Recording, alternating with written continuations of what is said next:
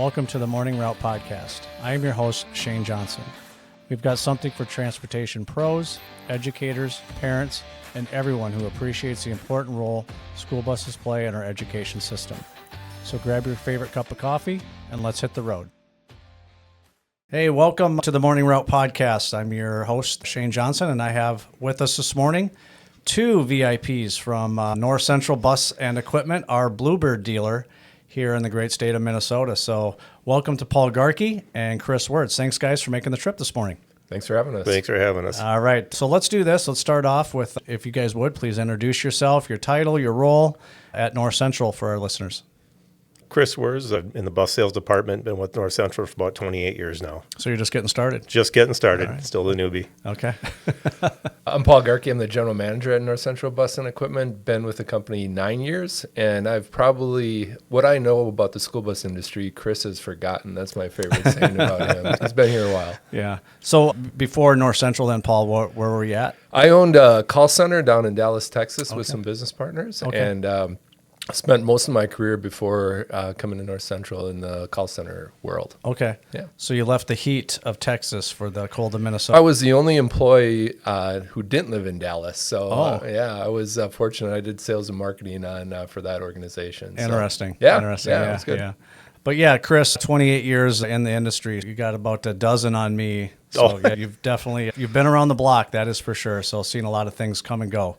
Goes by quick. Yeah, I always love to have conversation with you. I know you and I talk a lot, and I always appreciate those conversations. So yeah, we're like, go back, and we were doing that actually a little bit this one, 2008 or whatever that was. So yeah. Before we get started too, guys, I just want to say thank you for being a partner vendor with the MSBOA, the Minnesota School Bus Operators Association. We very much value your guys' participation, being a vendor for MSBOA as well. So I know we have the winter conference coming up here in just a few weeks. I'm hoping to see you guys there as well. Absolutely. We will be there. Fantastic. So yeah, again, thank you for your support there as well. So let's start off with maybe the hot topic that came out here from Bluebird here recently with the new design, if you will, buses coming off the line with seatbelt, lap belts being incorporated on the new school buses. So what's been the reaction so far with that? If you guys could walk our listeners through what this is about, the why behind it. I'll take the why, but I'll let Chris maybe take the initial questions on what it's done or what some of the reactions with his customers have been. It was an interesting announcement, caught us by surprise. Seat belts have been options in school buses for a long time.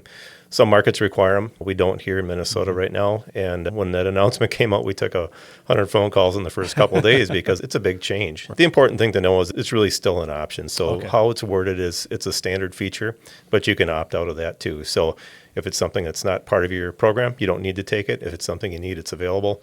Really, nothing's disappeared. But the way it was presented made it sound like it might be. Yeah, I think I can speak for myself. When I heard it, I thought it was really just a standard option. You didn't have a choice, the yes or no of it. Yeah. Strategically, I think it's Bluebird's going forward looking at safety in school buses, and seatbelts is obviously a part of that. And there's a lot of studies. In fact, there's a video when they rolled this product out. They had a lot of the Bluebird dealers come down to Indianapolis and IMMI, and they crash tested a bus. So we were able to see that firsthand and watch that happen, which was pretty interesting. Overall, I think it's Bluebird's intent to have the safest school bus on the market, and it includes things like, in their term, standard seat belts, but also a safe driver's compartment. And I think, given the choice, they've leaned towards safety over maybe ergonomics in some situations, but want to make sure they're doing everything they can to be able to keep the driver safe. And that driver airbags, driver side airbags is something that they're exploring as well with IMMI. There's a lot of cool safety features coming out that are important. Yeah, and at the end of the day, that's really what it's all about. I think we'd all agree on that, is the safety of our students that we're transporting every day, and what can we do to help and enhance that safety for our kids that we're transporting. So very interesting idea, concept. I'm really interested to see where it goes in Minnesota, who maybe opts in with it. I know the last podcast, I had Lieutenant Brian Rue on, and this is one of the things that we did talk about, was a seatbelt piece, and I did bring up with Bluebird coming out with this new design, and be interested to see what happens with that here in Minnesota. Like I had talked with him, there's a law in the books here in Minnesota that there's a a seat there, and it's equipped with a lap belt, shoulder belt, that you're required to wear that. So as an end user, I take that step back. And it's always been this conversation that we've been having in Minnesota for a lot of years is seat belts. But I look at it, again, I'm all about safety. Safety is number one. It's our first core value here at Palmer Bus Service as well. But the enforcement side of it, and I know a lot of other contractors in other states, and I talk to them frequently, and some of them are in a state where the seat belts are required. And I've asked the question, do kids really wear them? And I think for the most part, the answer is no, they're not worn. Then it comes back to the enforcement, and they say there's really nothing you can do. Parents will write a little note saying, I don't want my student to wear it, so you don't. So again, it's interesting to see, again, for me, the enforcement of it.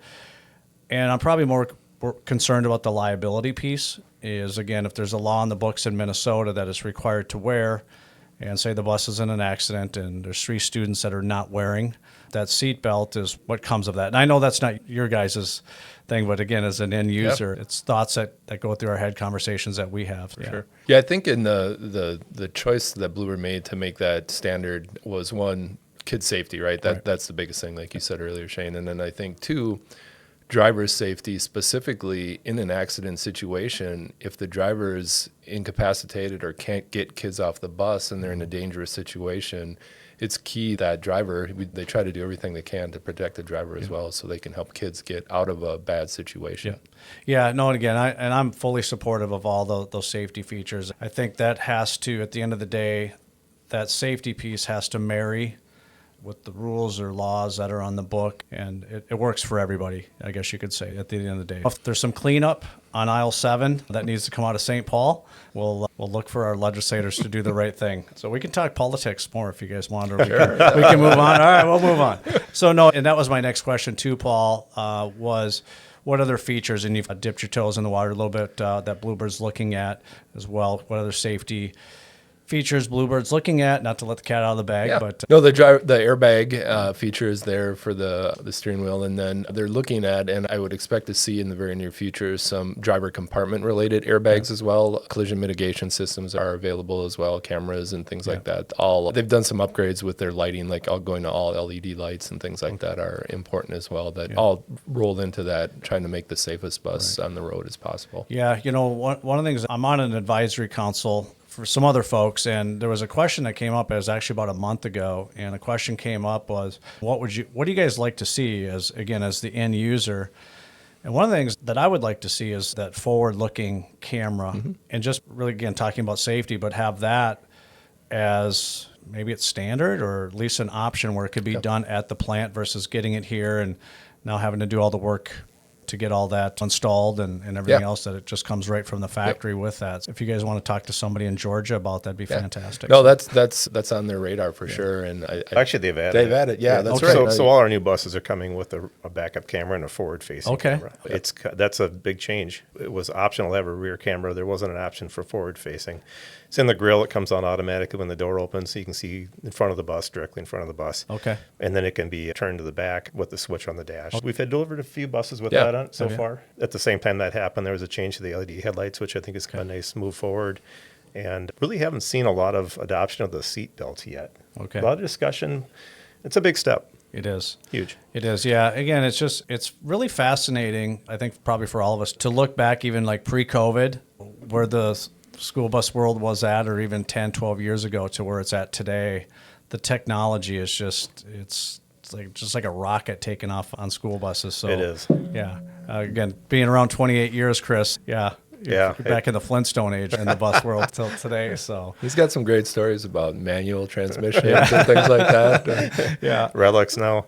So there you go. But one other question then too, on the option then for the seat belts. What is the price point that maybe jumps up to have those seats put in? Yeah, again, it's standard, but there's a deduction. So if you buy a new bus, you can opt out of those seat belts, and approximately $15,000. I think Chris had talked, we had talked earlier, and a few years ago it was around that 10 grand range. Okay, And right. I think you'd mentioned something, Shane, that a couple years ago you had done some research on that and it was like 13. So it's approximately 15,000. That depends on the size of the bus Sure. and the configuration. Yeah, for a 70, you're talking 77 Yeah. passenger, Yep. yeah, about 15. Yep. Okay, that's good to know. Again, for the folks that are listening that are maybe considering, obviously for a lot of us being contractors, got to go back to the district, right, and work those numbers into future contracts. So again, be very interesting conversations that will come of that.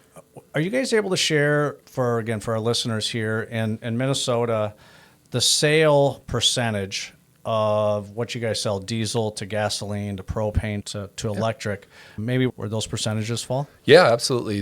It's interesting. I started at North Central in 2016 and we were 100% diesel at the time in terms of the Type C and D buses. And over the course of the last 7 or 8 years, we sell right now about 85%. We call it alt fuel, so that's gas or propane. Okay. About 15% of our total sales are diesel. A lot of those are Type Ds. Okay. And a few Type C conventional people who still buy diesel. But really, our customer base has migrated to the gas and propane product for us. It's been quite a shift in the industry, and I know there's still people that love diesel, and we want to be able to provide all the products and give people the options that they want. And Bluebird's done I think a good job with their partnership with Roush and Ford to develop a powertrain that works well in the school bus application.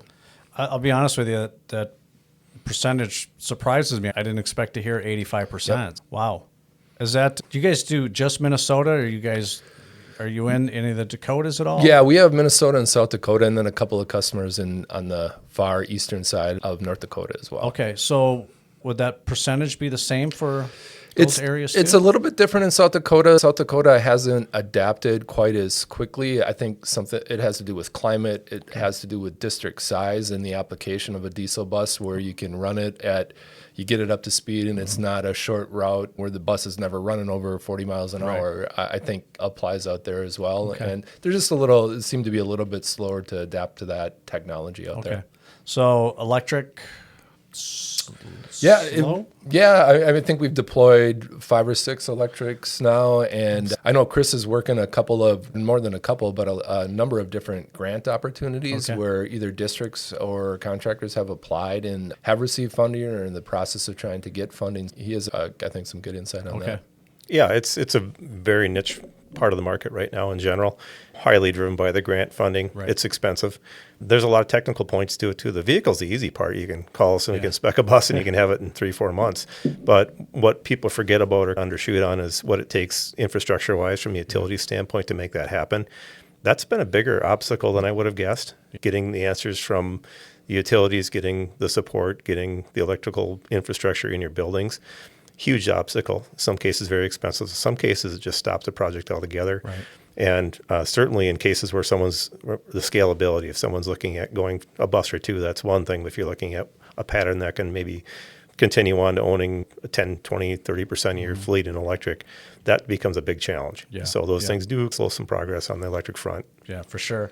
And I know I'm going to have some more questions on electric here too, so we'll dig some more into that too. But very interesting. Obviously, it's a hot topic, not Minnesota, but nationwide is electric, and it's going to be interesting to see what happens with the new administration coming in Washington, D.C. here in just a few weeks, and what's going to happen with these grant dollars. But again, we'll get into that here again in just a few minutes. But a quick question on CARB.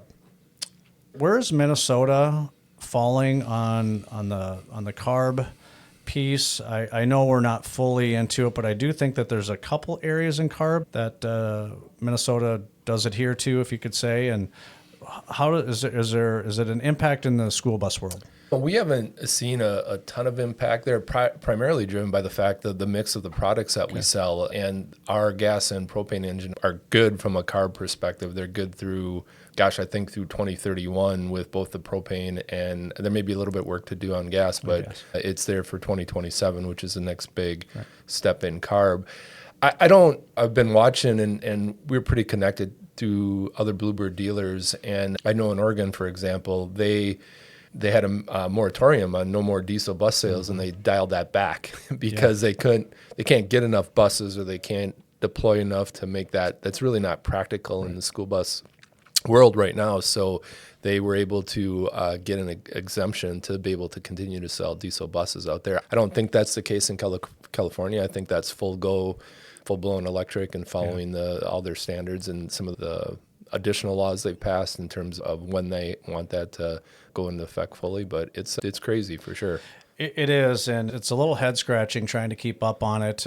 I went to the ACT Expo a couple of years ago, and there's a lot of talk on CARB, and I just walked away just scratching my head. Again, just how is this really going to work? And just, again, thinking locally here in the state of Minnesota. Hope is, my own personal opinion here, my hope is that this is just doesn't make any more inroads here. I just don't think we're ready for that to take place. Hopefully some common sense happens up in St. Paul, and we don't go any further with it, at least for right now, and let technology catch up. Yeah, and make sure we're ready. I believe CARB and EPA kind of come together in 2027 as well. So the EPA standards match CARB. In terms of some of the details underneath it, I'm not sure about, but the main ones like NOx and come together in 2027 with both EPA and CARB. Yeah, and I know for dealers, and you guys know this much better than I do, but with some states where they have, however it is, you have to sell so many electric buses in order to keep the diesel, and that really goes back on the dealer to try to make this whole math equation work. And there's a lot of talk about unfairness, where if somebody does get a couple electric buses, say here, I'll just use Palmer Bus Service, and I'll use Stephanie up at Trobex's. If she buys a couple electric buses and that means you guys can sell some more diesel, and I could buy those. It doesn't mean that she gets to do that. I can just pick those off. And talking to other folks, other states where CARB is really in effect, there's, I guess, the buzzword of equity. There's no equity there. So I think some folks are still trying to figure that whole piece out. So, yeah. To the point you made, this is a Canadian thing, but I think it's interesting. The province of Quebec went with EV mandate about 2 years ago, where absolutely no more school buses. Everything had to be EV, no more diesel school buses or other fuel types. And they haven't sold a school bus there in probably over a year because the province ran out of money to fund these, to the point that Chris was making earlier, the cost. Right. And it just, trying to support the technology through subsidies just doesn't make a lot of sense to me anyway. So again, let's just everybody take a deep breath, take a step back, let the market do its thing here and settle down. And so we'll see. But it's fun in a sense, and it's interesting, and there's so many moving parts. And I don't know. It's like I said, going back pre-COVID, even 10, 15 years ago to where we're at today, it's just, I never saw this coming. Yeah. I'll be honest, I never saw it coming. Not at this speed. Yeah, no, for sure. When I think you guys know this better than I do, but I think it has applications in certain areas to some degree. It short routes stored inside in our climate, as Chris mentioned earlier, charging infrastructure. We put a level 3 charger in our shop in St. Cloud, and when I went to call the electric company about the infrastructure, they told me, you're lucky you're where you're at. If you were across the street, we would have to do all this infrastructure upgrades to be able to bring a charger in. It just happened to be where our property boundary falls and where their service area is. Yeah. So it's stuff like that I think people you assume that the electric company is going to be up to speed and the infrastructure is going to be there, but even XL, they have challenges getting power into certain places if it's not there already. Yeah, and I was going to wait on electric. Let's just go. So I had a really interesting conversation probably about a year and a half ago, thereabouts, with some staff folks that worked for Senator Tina Smith. And we're talking about electric, and we're talking about propane, renewable natural gas, some different power sources. And the question got asked to me, like, why are you against electric? And I go, I'm not against electric. I'm truly not against electric. Going to what you just said, Paul, I do believe it has a fit, but it doesn't mean it's for everybody. It's just not. Well, we're all in different areas. Our routes are different. It might be in a climate that's different. You're in a place that's mountainous or hills. All those things factor into electric. But a question that I asked, and this is something I'm going to keep talking about even here on this podcast with some different folks that I'll have on, is I asked the question back. I said, give me a guess of how long do you think a student rides on our bus? And I'm talking about Palmer Bus Service. A couple hours, right? They figured an hour and an hour. I said, no, 44 minutes a day, 22 minutes in the morning, 22 minutes after. That's the average. Now, there might be some because they're way out or they're open enrolled, but then there's other kids that we literally bus across the street because there's no walkers in that district. So they might ride for 30 seconds, right? So 44 minutes a day. And I asked the question, I go, do you really think that the billions of dollars, the billions that we've pumped into electric? Now, because my guess is if you did this across the nation, I would bet that number is going to be pretty close probably for everybody. It's going to be in that ballpark.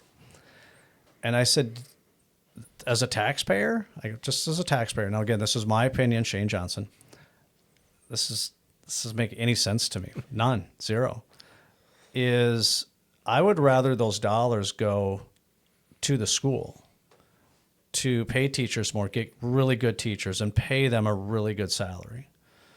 Put in security, right? Because that's all we ever hear about is lack of security at schools. And I would agree with that. Unfortunately, we live in different times that we got some crazy people out there. And upgrade security systems at schools and do some different things with those dollars versus, because where does a student spend 7 hours a day? Not on the bus. In the classroom, right? Right. In those four walls of a school building. 44 minutes a day versus 7 hours a day. I just, as a taxpayer, I'm like, this is not the problem. And I know some pushback's been like, oh, asthma and this and that. And I don't know if I fall there. I can't say that I do. Maybe. But I'm gonna get a little opinionated here, and I don't expect you guys to agree with me. But I look at like the child issue of obesity and some other health issues that kids have, I don't think are derived from riding on the school bus. They already have health issues at 8 years old. They haven't ridden a school bus long enough to have those health issues. So again, I just think that we're putting dollars in a place that we shouldn't have to. Now, somebody wants on their own to go buy an electric school bus, 100%. I don't think it should be supported on the shoulders or backs of taxpayers. So that's my soapbox. Don't expect you guys to agree with anything I just said, but No, it all deals with electric. Yeah. But I think some investment in the technology is appropriate to try to get. All technology has to evolve from something, and it takes a push start. So to have some dollars go into that to try to get some vehicles in that category to see what we've got is an experiment. I think is a worthwhile thing. But what ends up happening is what we've got right now, where huge dollars are coming in at a rapid pace. It's too hard to adopt it into practice, and you end up with the scalability issue. Yeah. Again, are we in a state that's going to, we're all paying into this fund, these dollars, and is our state going to get our piece out of that? My guess is probably no. Right. It has to do with our climate, it has to do with the type of routes we run, all kinds of things, challenges with the utilities. You just want to make sure it's small steps, and I think that's a mistake that people make is let's go big right away, and it's tough to do that. Yeah, and again, going back to the percentage that you guys said with your sales, 85% with propane and gasoline, again, I hope somebody in St. Paul hears this today. Is obviously the customer at the end of the day wants propane and gasoline, right? Because it does fit for our environment here in Minnesota with the cold. And one thing I absolutely love about propane, and full disclosure, we have a lot of Bluebird propane buses here in our fleet. Chris finally beat me down after a lot of years, so congrats, Chris, on that. But I'm a true believer in it. It makes sense.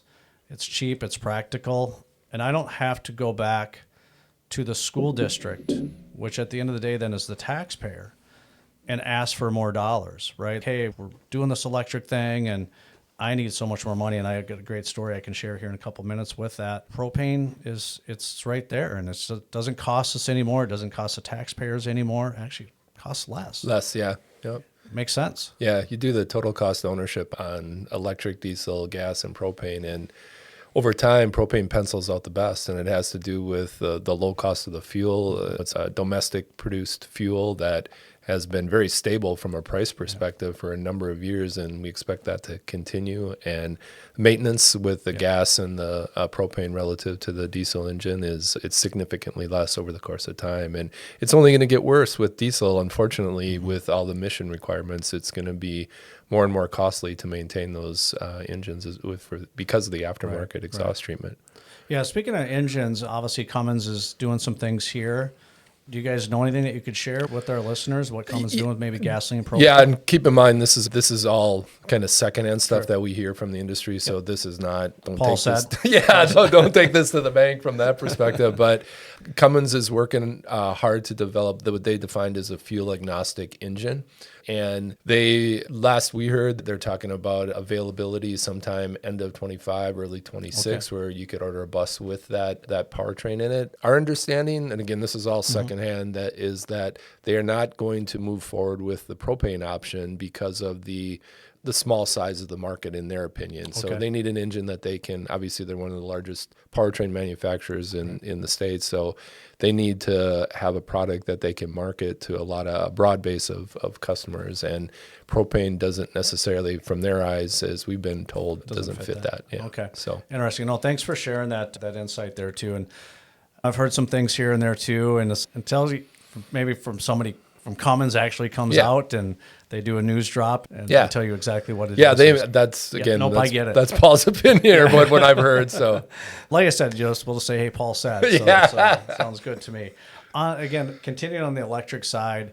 So in Minnesota, do you guys know, not just Bluebird, but how many electric buses are in the state so far? Do you guys any idea? 20, 25, 30? Oh, I would guess in that range. Chris, do you know? Yeah, we talked about that sometime in the last year, and you think it's 12, and then you start, there's another one here and another one there. So it's probably in that 20 range. Yeah. We should get some data on that. Well, yeah, there's poke data out there. I'm just curious. Yeah, I don't know that number. It hasn't. I know Lion dropped a couple. They have a couple in the Twin Cities, I believe, and a couple on Morris. And they were the first ones. We had one go into Eastern Carver County. I'm not sure. I think Thomas has a few out there, and I think IC does as well. I'm not 100% sure, but we could look at that. And yeah. No, I was just curious, if you guys kind of had a number. So, yeah, not many, I guess we could say. Yeah. So, Lion's not doing so well. I don't know if you guys heard.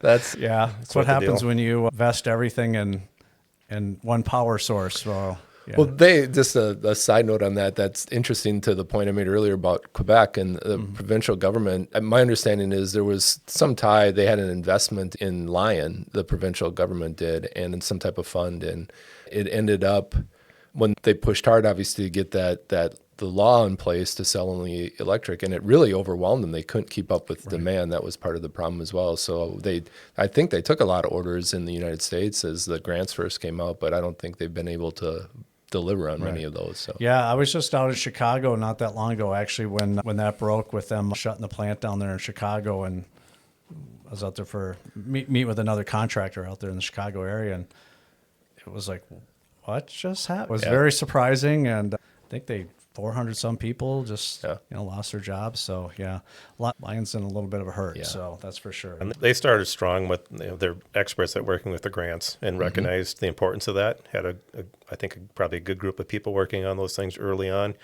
But what it really demonstrates, it's tough to jump into a market like this with a product and become established with the dealer base and the support that you need. Some good fundamentals behind it, but then when it comes down to actually getting it done, it's tougher than it looks. It really is, and I won't say who this is, but I did have a conversation with a person here in Minnesota that they have a couple Lion buses, and I was just picking their ear a little bit just for information. And this is some while ago, nothing real recent.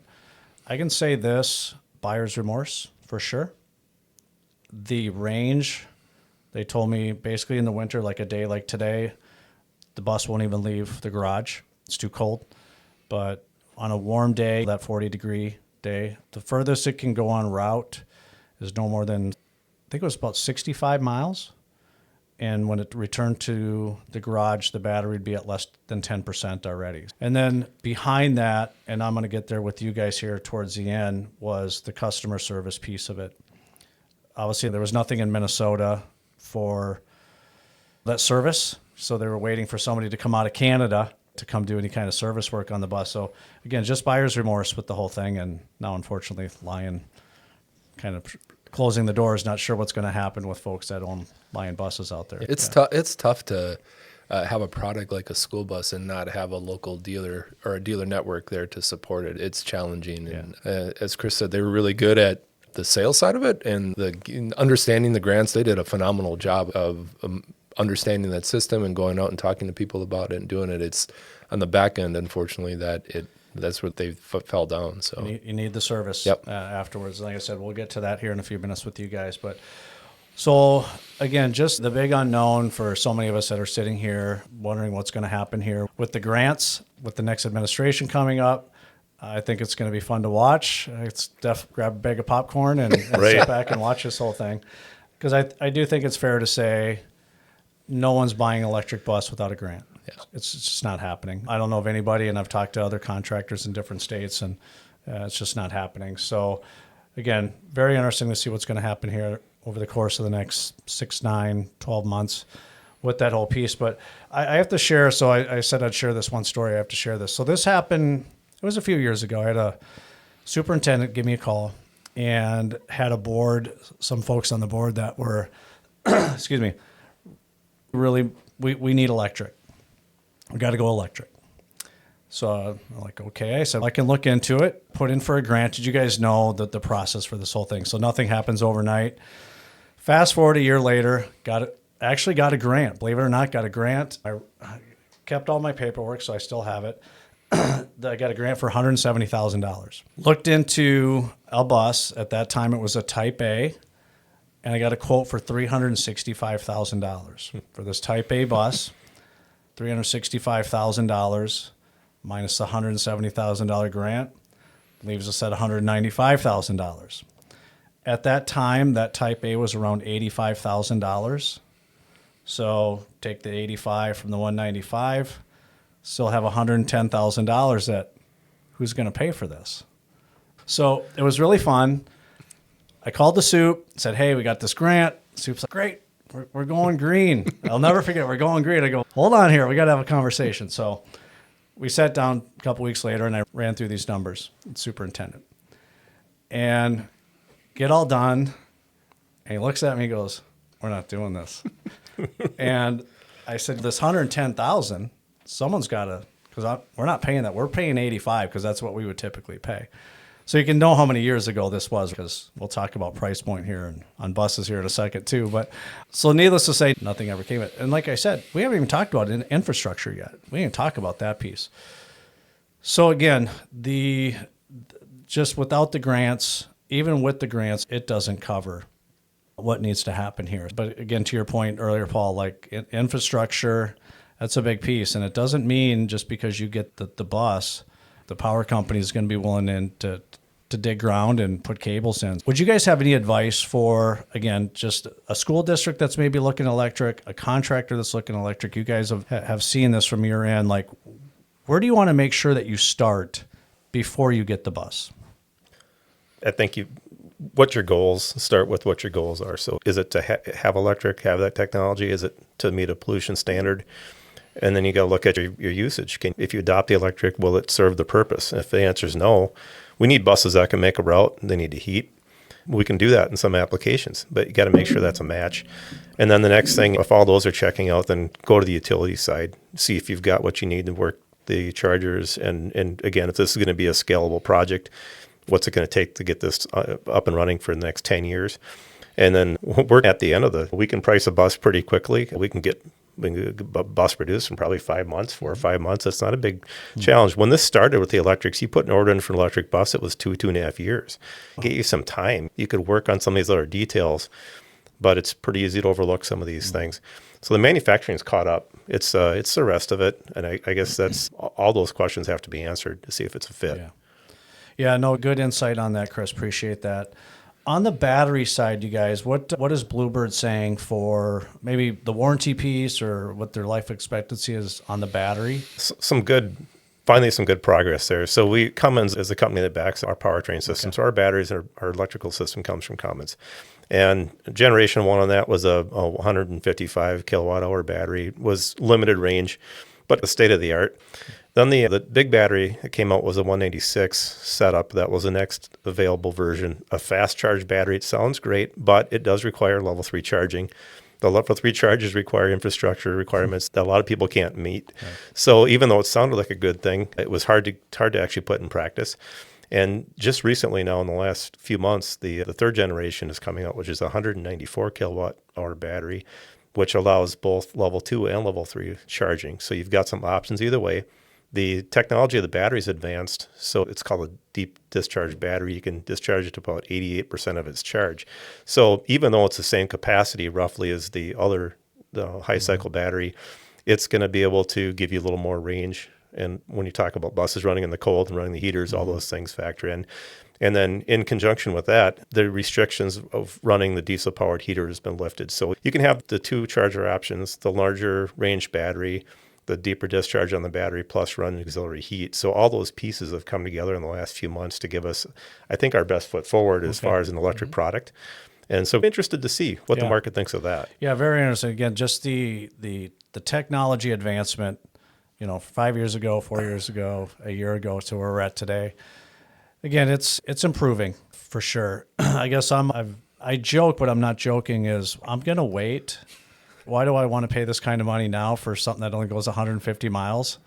I'll wait till the bus costs $200,000 and I can go 300 miles. So I'll wait on that. Always a possibility. Yeah. That's where I'm at with that, but I appreciate that.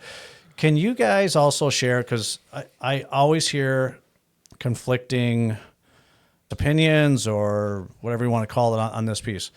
Does an electric bus, or should an electric bus, be inside in a warm shed? Just warm. Is it 40 degrees, 50 degrees, 60 degrees? What? Yeah, that's tied to that evolution of technology too. So Gen 1 batteries for us were unable to maintain adequate battery temperature so when you're hooked in shore power, hooked up to the charger, whatever you want to call it, those systems can both heat and cool the batteries to some extent. Generation 1 wasn't really able to deal with the temperatures that we've got. Generation 2, more. This Generation 3 now, they're dialing in on that. So the big advancements really have been less about the battery per se, as it has the cooling and heating systems that work around the battery in conjunction with the battery and the technology that controls that. So the answer we're getting back is we don't necessarily need to house these things. However, you have to recognize that system is going to be drawing energy to both heat or cool the battery, in this case like today when it's cold out, to heat that battery. So there's some energy being used. It doesn't just sit there idle. Yeah, because I think about this morning, basically 7 degrees, I think, when routes probably started this morning. So those buses were sitting, somebody has a bus and it's sitting outside. Where's that battery at startup? Yep. So the systems are, in a case like this, would be first to warm the battery to a point where it can take a charge, and then charge the battery from that point, and then maintain the charge. It's cold today, but it could be a lot colder. It could be 30 below zero. And so I do worry that this is really new for us too. So I do really, if we got in a situation where we had 20 and 30 below weather, we might still be looking at having to garage the vehicle, even though they're saying that it should be able to maintain temp. That's pretty tough to do. And you don't have to house propane, correct? We don't even plug them in generally. Yeah. So I knew the answer to that question. Yeah. So start winding down here, guys, and I want you guys to be able to share, again, with our listeners and a lot of your customers, hopefully listening here today.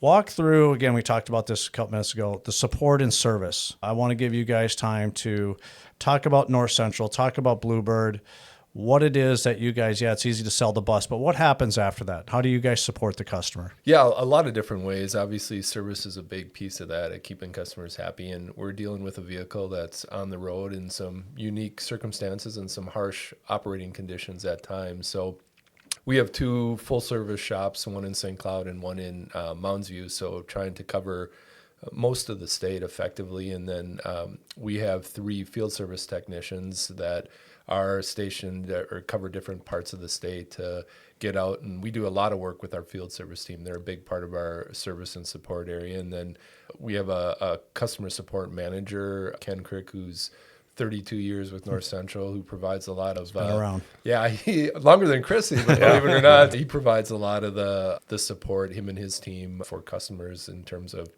challenges that they run into. And there's always something, right? It's a vehicle that it's being used every day. And again, in a duty cycle, sometimes that's a lot of stop and start. So it's just it's hard on vehicles, to be honest with you. So that's our support area and how we work.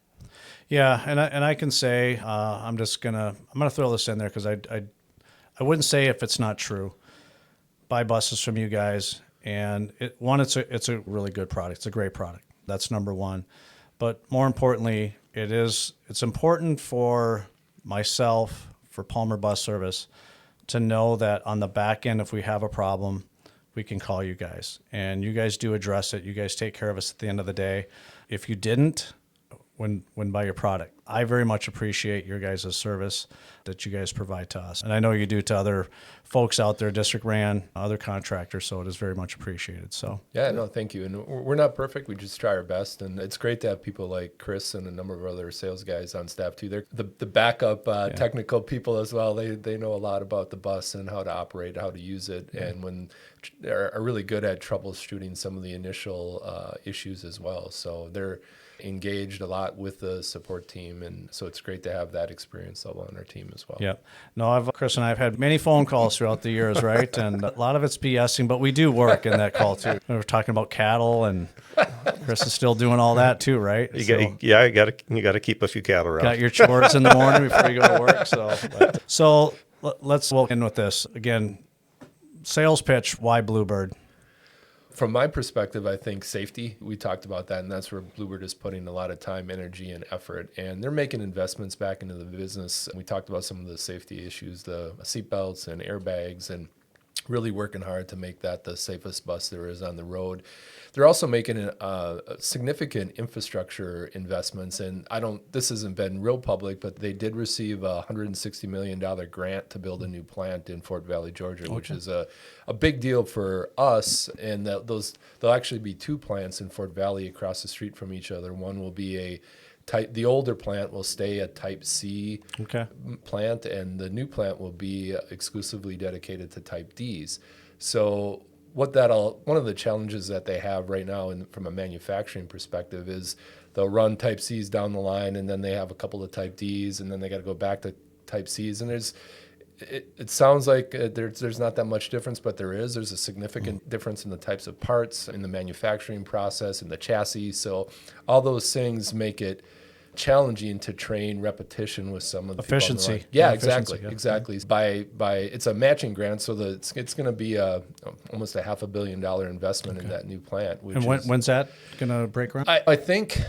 I'm guessing this spring sometime. Okay. I'm not 100% sure on that, but we were made aware of that back in August, that they received that grant from the Department of Education. Very nice. And so they're excited. They're moving full steam ahead to make that happen. So I think that the plant now was built in the 40s, 50s, something like that. You've been down there, right? Yeah. World War II era plant. Yeah, so it'll be a good thing for Bluebird for the future, and they're really, I think, setting themselves up. Because I think the last time I was there, when a bus went into the paint booth and it was done, they opened the doors. I think they actually hooked a couple mules up to it to pull it out. But it was so, to be the plant, it was neat. It was older, and there wasn't a lot of technology, if you will. And actually, it was a John Deere tractor that they had used, but it was really neat. To me, everything was handmade. Yeah. And that's what my biggest take was. Just remember watching the guys with the rivets and everything, the drilling the holes and putting the rivets in. It was truly handmade. And I understand automation and going towards a lot of that stuff. I get it. It makes sense. But it's truly a handmade product the last time I was at the plant. So, There's a lot of pride in we've both been down the plant a number of times in the workmanship. And again, it's not perfect. It's not the best working environment from the age of the plant. But the people down there, they're the only show in town. People take a lot of pride in the because I think we were there, I remember it was February, and it was around maybe 50-ish degrees, and the folks out in the plant they were bundled up. And we're walking through with tank tops on and everything else. It's beautiful out, but so. They can spot a Minnesotan for sure. But no, thanks for that, guys. Again, we'll wind down here. How can you guys be contacted? If anyone's listening today, want to contact you guys, what's the best way to reach you?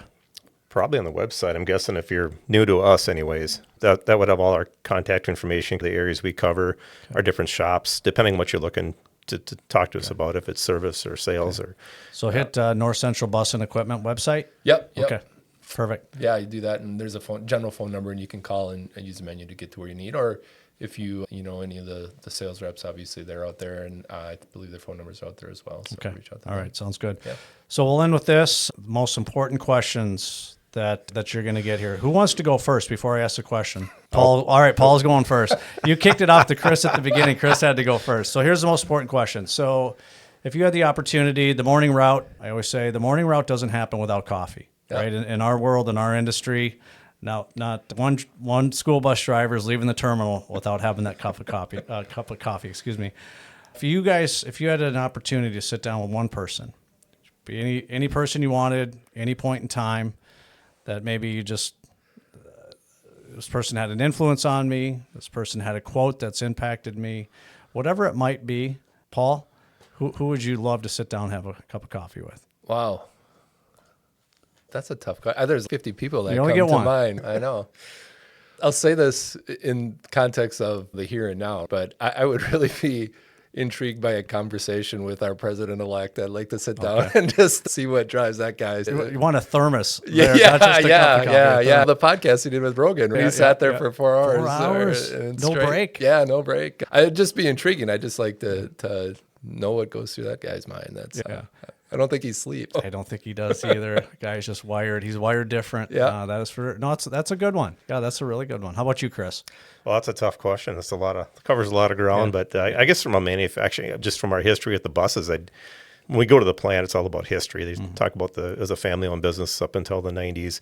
Would have been neat to meet some of those family members and just how did this get going? And there's books about it and whatnot. Just again, specific to this industry, what did it take to survive? I'm sure there's a lot of really great stories and interesting history with that. Yeah. But the Luce family is the name of the family, and they were legendary for a long time because I think all the manufacturers, there were a lot of companies making buses at one time, and a lot of them didn't make it. It wasn't a foregone conclusion that the product was going to survive or the people were going to survive. And I'd be just, again, specific to this industry. I'd love to go back and just meet some of these people and understand the history and what you had to do to get through, right, or break through. It's almost Henry Ford like in a way how this started. Just one person with an idea and a garage out back and some tools, and I'm fascinated by that. Yeah, no, that's great. Both great picks on for both of you guys. With that, again, guys, thank you for taking the time today to join us on the Morning Route podcast. Sincerely appreciate it. I hope you guys would be willing to come back. Absolutely. Yep. Awesome. Thanks, all Shane. right. And again, we'll see you at the winter conference here with the MSBOA in a few weeks. Sounds good. Appreciate it, guys. Thanks much. Thank you. Okay. Thanks for listening to today's episode. Stay up to date with the podcast by following us on social media. Don't forget to subscribe to the Morning Route Podcast YouTube channel.